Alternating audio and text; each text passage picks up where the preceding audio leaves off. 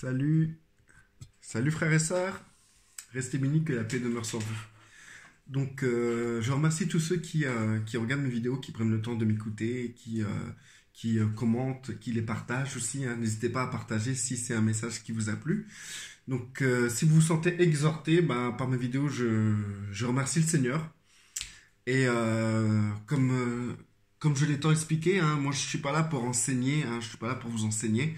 La plupart des gens qui écoutent mes vidéos, c'est des gens qui en savent beaucoup plus que moi. C'est des gens qui sont assis depuis un moment dans la parole, qui ont beaucoup de vécu avec notre Seigneur.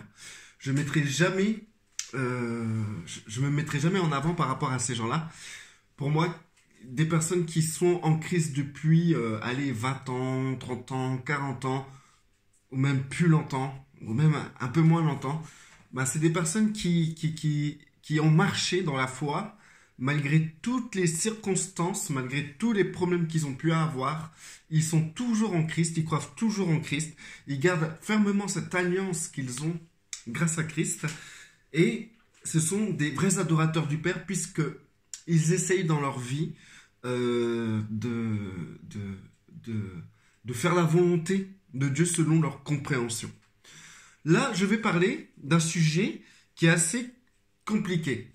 Donc, je ne vais pas cibler ni généraliser. Je vais simplement vous partager une réflexion qui me porte beaucoup ces derniers temps. Donc, alors, je suis quelqu'un de très observateur. J'observe autour de moi. Je vais aussi moi-même, je vais écouter des vidéos d'autres personnes. Je vais aussi me laisser enseigner par des frères et des sœurs. La vie de chaque personne, pour moi, est un enseignement. Quand je suis face à une personne, je demande au Père, justement, l'enseignement qu'il veut m'apporter à travers cette personne. Donc, du coup, je suis tout le temps aux aguets. Je suis tout le temps à la recherche d'un enseignement de Dieu dans n'importe quelle situation, quelle que soit la situation. Donc, j'ai remarqué que, par exemple, il m'arrive souvent d'être avec des gens qui sont musulmans. Donc, je vous dis d'avance, hein, moi, quand je suis avec des musulmans, je viens pas apporter ma science. Hein, je viens pas dire oui, voilà, il faut croire en Christ, ou bien moi je crois pas en Mahomet, ou bien l'islam, c'est la religion de Satan. Non, moi je suis pas contre ça déjà. Mais par contre, la personne qui est en face de moi, quelle que soit sa religion, je veux apprendre de lui. Parce que il faut avant qu'une personne s'auto-proclame par rapport à une religion, s'auto-identifie plutôt par rapport à une religion, c'est d'abord une créature de Dieu. Pour moi, c'est ça. Et même si c'est pas une créature de Dieu, ou je sais pas c'est quoi comme espèce, ça reste quelque chose qui est extérieur à moi et que Dieu peut, à travers cette chose-là, m'enseigner. Dieu peut m'enseigner ou peut nous enseigner d'une simple feuille qui tombe d'un arbre. Donc du coup, pour moi, tout est une occasion d'enseignement. Donc du coup, au milieu de ces musulmans, justement, je me dis que le Seigneur veut m'enseigner des choses à travers eux. Donc je les observe et je vois beaucoup de choses dans leur vie. Je vois comment ils sont, comment ils agissent, etc. J'ai vu aussi beaucoup d'enseignements, de rabbins, etc. J'y vais pas pour m'instruire ou pour quoi que ce soit. Hein. J'y vais simplement parce que j'ai à cœur d'y aller, donc je le fais. Et je cherche justement un enseignement que Dieu veut me donner à travers eux. Et j'ai reçu beaucoup de choses, le pourquoi de cette vidéo. Donc, j'ai constaté que ça soit le bouddhiste, le musulman, le juif, l'homme philosophique, c'est-à-dire l'homme qui ne croit pas en l'existence de Dieu, mais qui croit à l'existence de l'énergie, d'une énergie cosmique ou de la force de la pensée, etc. L'homme psychologique, c'est-à-dire qui justement conçoit l'homme d'une manière psychologique, quelle que soit l'idéologie de l'individu, j'ai remarqué que il y a une chose qui fait que ils ont un comportement qui dépasse de loin celui du chrétien en général. Donc, écoutez la suite, hein, ne bondissez pas dans les propos que je vous annonce là, mais laissez-moi le temps de m'expliquer par rapport à ces propos. C'est que, en fait, prenons la base des trois religions. Alors, je ne sais pas si le bouddhisme c'est une religion, mais pour moi, c'est une religion. Donc, le bouddhisme, la religion musulmane et la religion juive.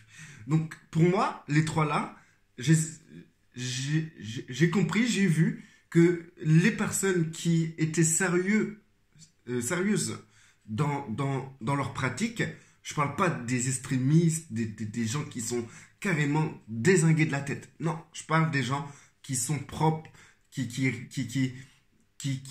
vont plutôt prendre le côté du prochain, de l'amour du prochain, qui vont plutôt que le côté autoritaire, strict et rien à foutre des autres. Non, non. Comment dire, j'ai remarqué que déjà dans la religion bouddhiste, les gens ils croient à la réincarnation, c'est-à-dire que par rapport à leur comportement, ils auront une meilleure réincarnation ou une moins bonne réincarnation. Ils savent aussi que tout est fait à une conséquence. C'est ce qu'ils appellent le réma, je pense, c'est ça. Non, pas le réma. Je sais plus c'est quoi leur terme. Bon, bref, je suis pas là pour vous faire un cours de bouddhisme.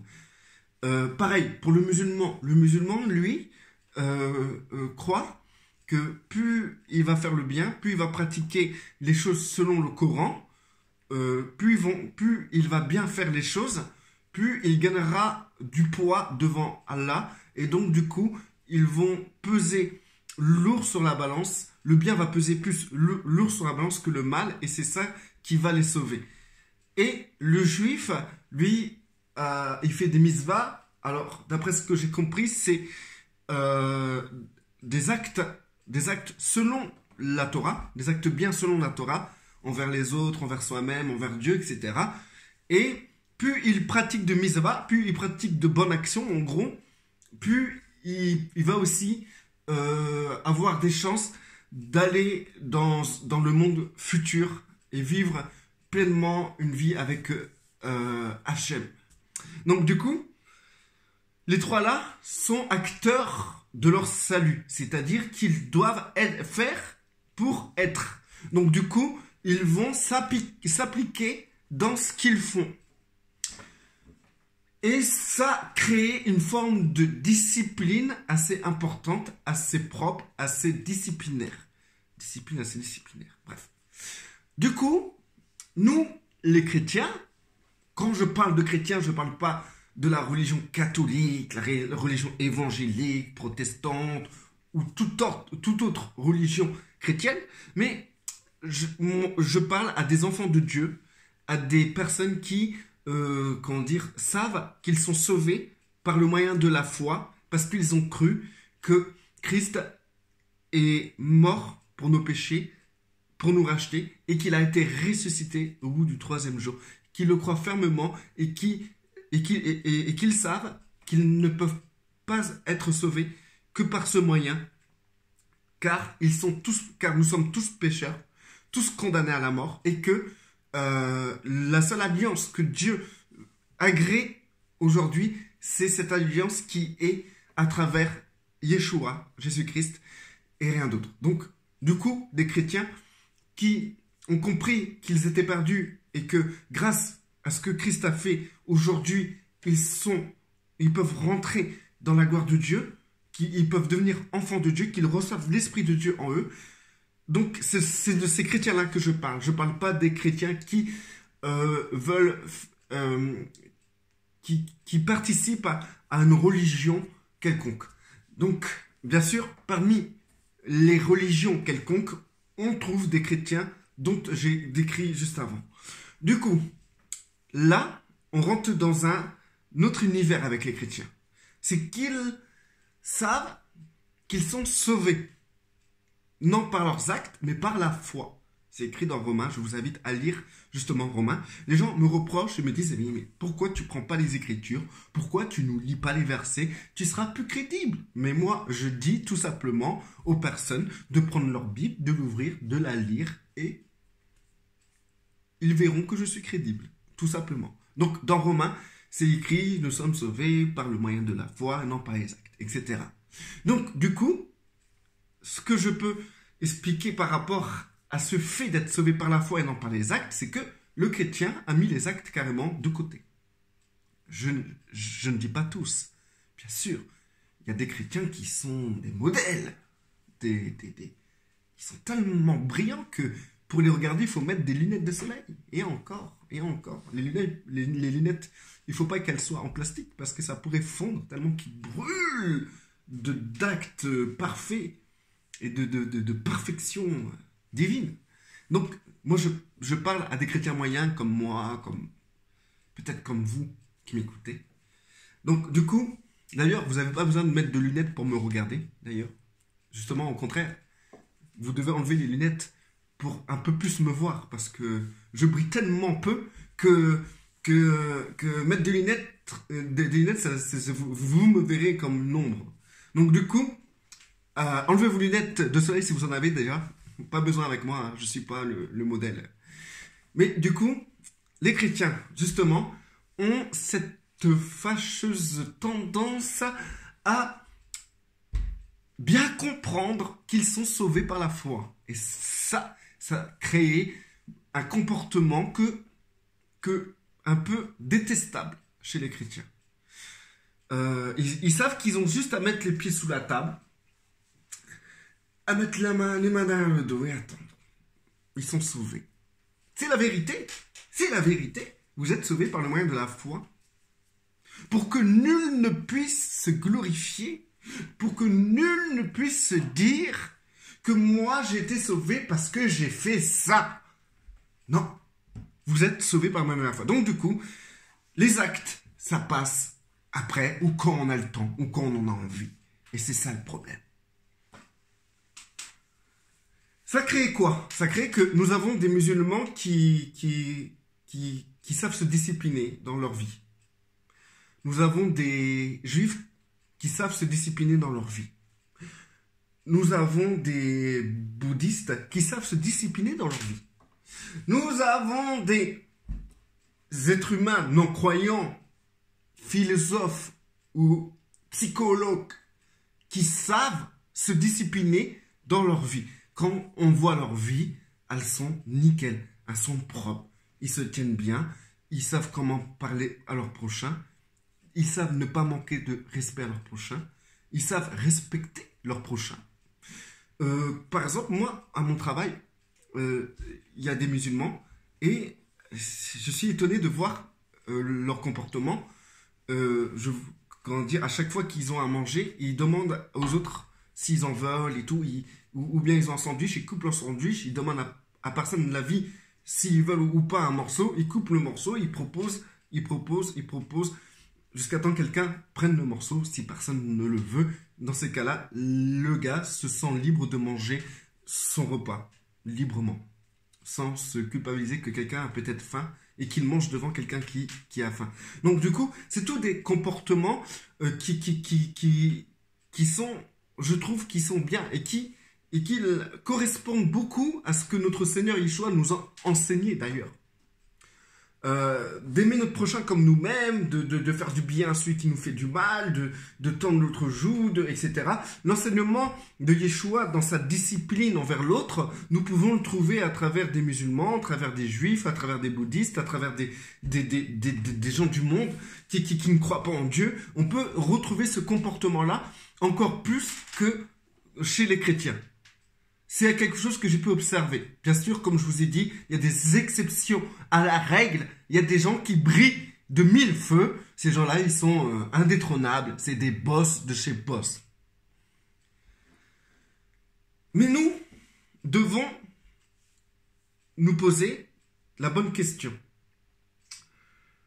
Est-ce que vraiment, parce que nous sommes sauvés, nous avons le droit de nous permettre d'en faire moins que le musulman, d'en faire moins que le juif, d'en faire moins que le bouddhiste, d'en faire moins que le philosophe ou le psychologue, d'en faire moins que les personnes qui savent bien raisonner, qui savent respecter, qui savent se comporter. N'oubliez pas qu'il est écrit dans la Bible, je vous invite à la lire d'ailleurs pour trouver ce passage, que Dieu a choisi les gens fous de ce monde. Dieu a choisi les gens fous de ce monde pour confondre les sages. Il a aussi choisi les moins intelligents. Il a choisi les pauvres de ce monde. C'est-à-dire que dans le réseau chrétien, il y a des psychopathes, il y a des gens qui savent pas se tenir, qui savent pas qui sont dans le péché, qui n'ont pas l'intelligence, qui n'ont pas de raisonnement, et on trouve ça dans le monde chrétien. Et qu'est-ce qu'on amène en plus de cela, c'est que on leur fait bien comprendre qu'ils sont sauvés par la foi, mais on reste là. Qu'en réalité, il y a un comportement qui doit totalement changer. Qu'il y a quelque chose qui ne va pas. Si nous ne dépassons pas la justice des musulmans, si nous ne dépassons pas la justice des juifs, si nous ne dépassons pas la justice des bouddhistes, ou de l'homme psychologue, ou de l'homme philosophe, dans ces cas-là, notre justice ne vaut rien. Nous n'avons aucune justice personnelle. C'est Christ qui a dit comme ça que notre justice doit dépasser celle des pharisiens, en sachant que les pharisiens avaient une justice de comportement envers l'autre, etc., qui était assez développée. Comme quand nous écoutons les rabbins, et aujourd'hui, nous avons l'occasion de pouvoir les écouter sur YouTube, quand nous écoutons aussi les imams sur YouTube ou quand nous écoutons des bouddhistes sur YouTube, nous voyons très bien qu'ils sont tournés vers l'autre, qu'ils ont le respect vers l'autre, que tout leur comportement et leur salut dépend de leur comportement envers l'autre. Et nous les chrétiens, on est sauvés et on n'en a rien à foutre des autres. Oh si, bien sûr, nous faisons acteurs. Acteurs, mais oui, nous sommes des purs acteurs. Nous pouvons jouer à Hollywood tellement qu'on est puissant et convaincant dans le fait que nous nous convainquons que nous aimons les autres comme nous-mêmes. Nous savons quand la situation est propice, lorsque nous avons des témoins humains qui doivent voir notre magnificence en Christ, nous savons comment parler avec amour. Nous savons comment nous comporter avec bienveillance. Mais c'est de l'hypocrisie. C'est de la comédie. Alors, je viens au fait que maintenant, si Christ nous dit d'aimer notre prochain comme nous-mêmes, cela doit engendrer toute une liste de comportements.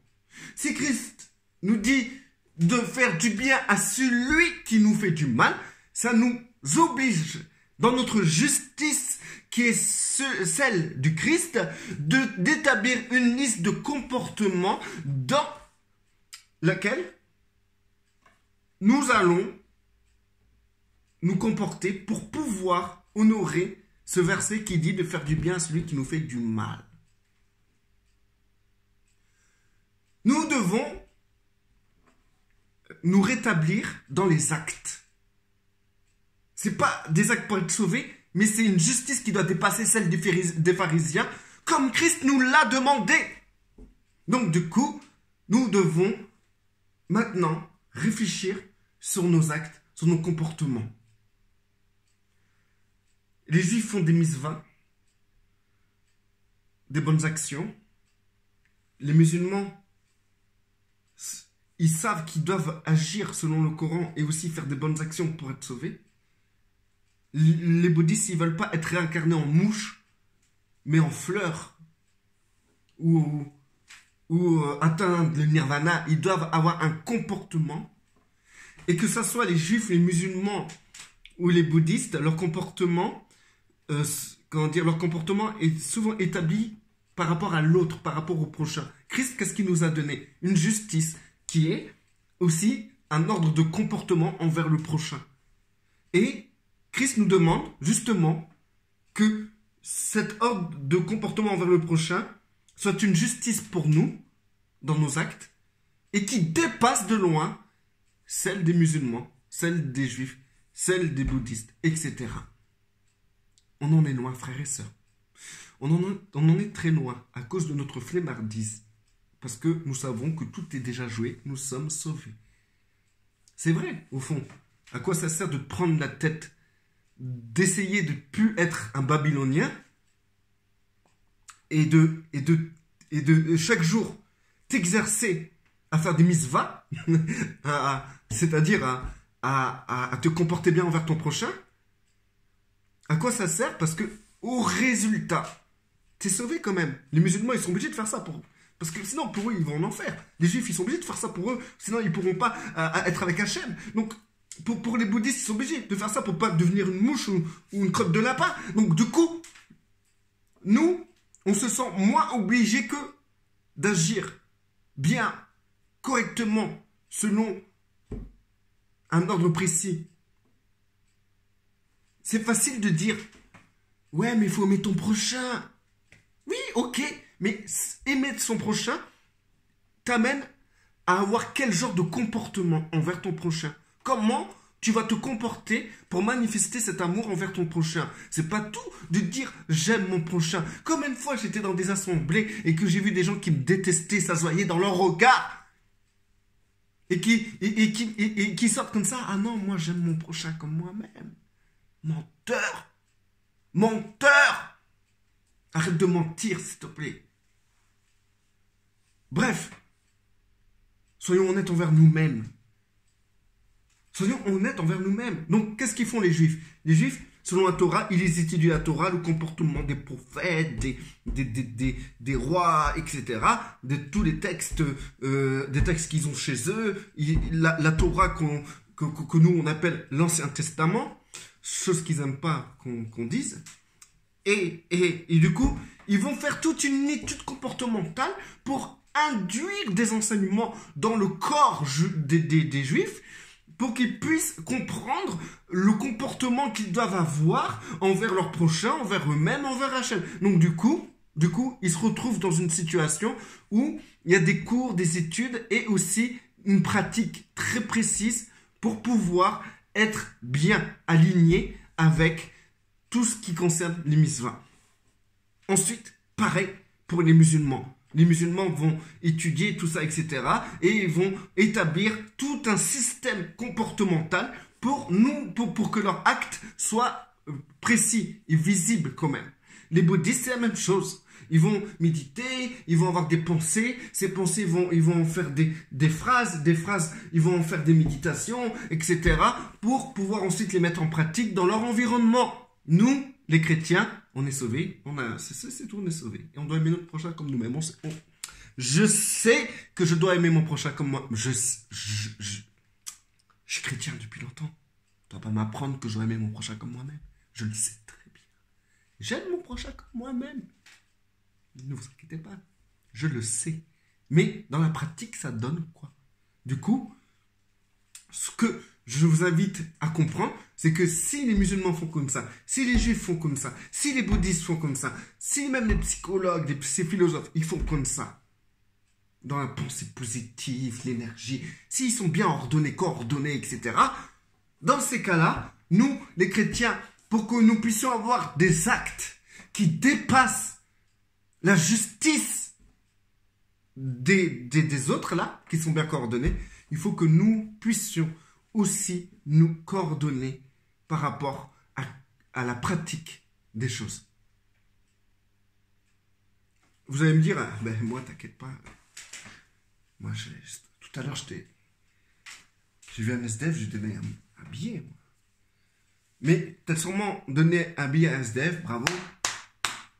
Mais par contre, en entendant, comment dire, tu t'es énervé contre un tel, t'as jugé un tel, t'es jaloux parce que l'autre il a eu ça, t'as vu l'autre comme ton ennemi, t'as rien reçu comme enseignement envers les gens que tu as mis autour de toi. Au contraire, tu les as vus comme tu t'es auto-infligé, tu t'es victimisé face aux gens que Dieu a mis autour de toi pour que tu puisses être enseigné. Que ce soit les juifs, les musulmans ou les bouddhistes, pour eux, tout est enseignement. Donc, si pour eux c'est comme ça, toi qui dois avoir une justice qui dépasse leur justice, dans ces cas-là, c'est pire qu'un enseignement. C'est carrément... ça dépasse l'enseignement ce que tu dois recevoir des autres.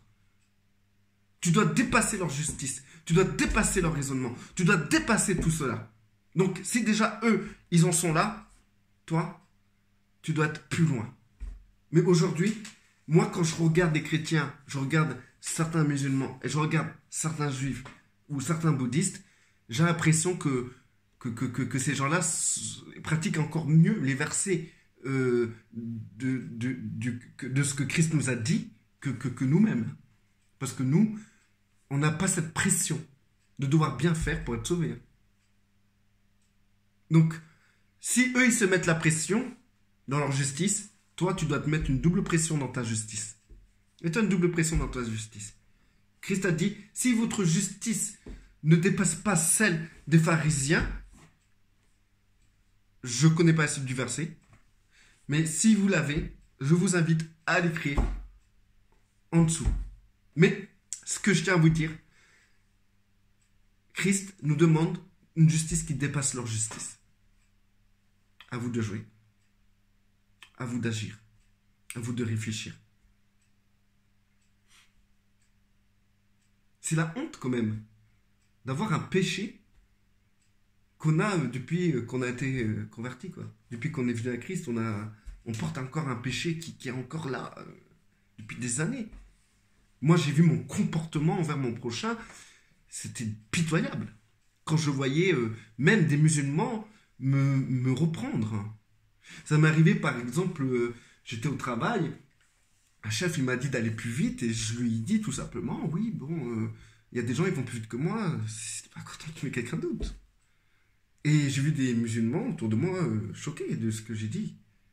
Et plus tard, avec sagesse, c'est étonnant, quoi. Avec sagesse, me reprendre en disant, écoute, ce que tu as dit, c'est pas trop ce que tu dois dire face à ce que le chef t'a dit. Maintenant, le chef, il t'a demandé d'aller plus vite, tu dis oui. Même si tu penses que c'est à tort qu'il t'a dit ça, dis-lui oui, et c'est tout. Et eux, ils ont réussi à répondre de cette manière-là, tout simplement parce que ils ont une discipline de vie qui sont obligés d'avoir pour pouvoir être sauvés. Nous, on se permet des choses parce qu'on on se prend pour des princes, des rois, des ministres, des ambassadeurs. D'ailleurs, c'est vrai, on l'est. Comment dire, on en profite, quoi. On en profite. On en profite. Et excusez-moi, notre justice ne dépasse pas celle des autres pour l'instant. Ok, on est sauvé, on a la foi, on croit en Christ, on essaye d'aimer le prochain comme nous-mêmes, d'une manière philosophique, psychologique parfois, parce que parfois on va pousser un peu plus loin. Mais de la philosophie, il faut que ça soit psychologique, et de la psychologie, il faut que ça soit par des actes.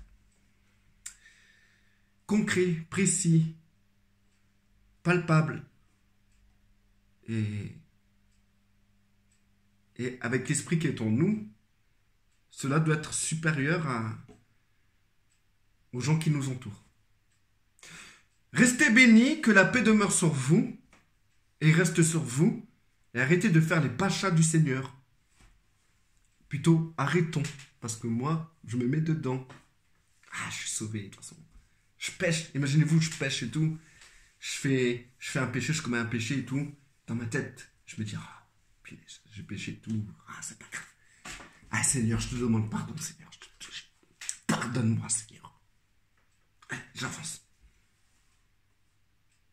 Imaginez-vous que pour un juif ou pour un musulman, d'avoir fait le même péché que moi, c'est une pierre qui pèse lourd dans leur jugement lorsqu'ils seront devant Hachem ou devant Allah, dans leur façon de penser. Vous comprenez ce que je veux dire? Nous, c'est... De toute façon, Christ a porté mes péchés à la croix il y a 2000 ans. Pourquoi je m'en fais? Et 5 minutes après, je refais un péché. Allez hop! Ah Seigneur, aujourd'hui, c'était dur. Hein. Aujourd'hui, j'ai battu le nombre de péchés. Hein. Je suis vraiment navré, Seigneur. Je suis vraiment navré. J'ai fait mon possible. De toute manière, Seigneur, je ne peux rien faire sans toi. Alors, si j'arrive pas à mon péché de péché, c'est que d'un côté, tu travailles doucement mon cœur, tout doucement, lentement, à ton rythme. Donc, je me laisse travailler, Seigneur. Bravo, notre justice, elle est pas mal. Allez, restez bénis.